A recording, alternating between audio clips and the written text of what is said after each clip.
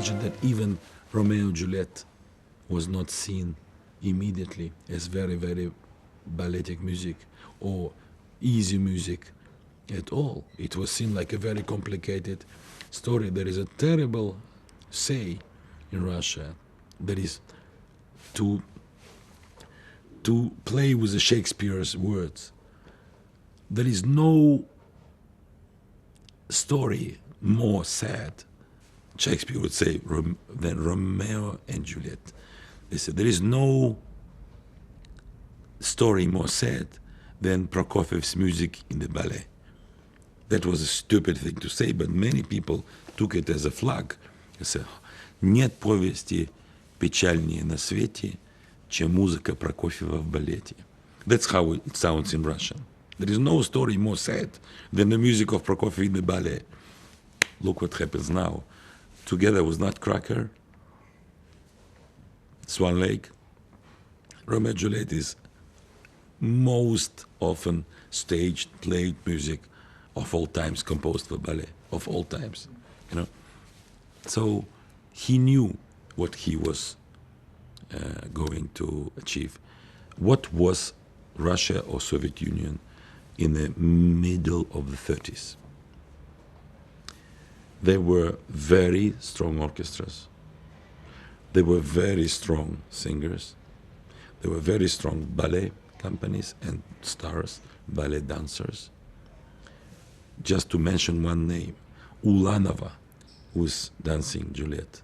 She did not understand immediately the music, but it became one of her life story successes. She did not understand immediately. The word is that she had some struggles in the beginning to understand the rhythm, to memorize, but she became a legendary Juliet. Prokofiev discovered this with his new eyes. After seeing how it works in America, after seeing how it works in Europe, he suddenly discovered that there was a new blood, new energy, especially in these two cities, Moscow and Leningrad. Already was called Leningrad. His success with Romeo and Juliet was only part of his success. It was not only Romeo and Juliet. I mentioned before Love of Free Oranges, then violin concertos. Then don't forget one thing. He loved chess. You know who he played with? David Oistrakh. If you have David Oistrakh or Sviatoslav Richter or Emil Gilels, and later Rostropovich, a little bit later, of course, playing your best compositions, you maybe want to be not far from them. And it was not possible to see Oistrakh or Richter or Gilels or Rostropovich go all the time to conduct in Paris or in New York. It was not easy for Soviet artists. Prokofiev went there.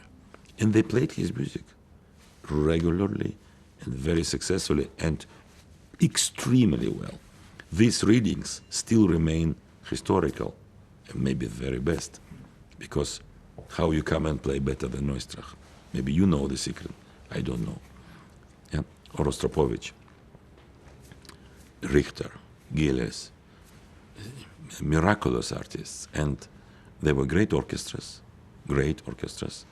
and not only they were good quality, high spirit, they were Russian orchestras. They could understand intuitively what is in this music. Music looked strange, provocative, too modern, but in the orchestras there was something what would bring them quickly to the heart of this music, very quickly. What made it for him so important or so interesting or so strong, so potentially so powerful, was the fact that he will go back to the country where things were not going easily. They were going actually more and more difficult way. The growing power of Stalin, the growing power of a propaganda machine which would centralize and control everything concerning the arts, and of course big opera houses or big orchestras definitely would not immediately, but would start to feel that this is a changed country.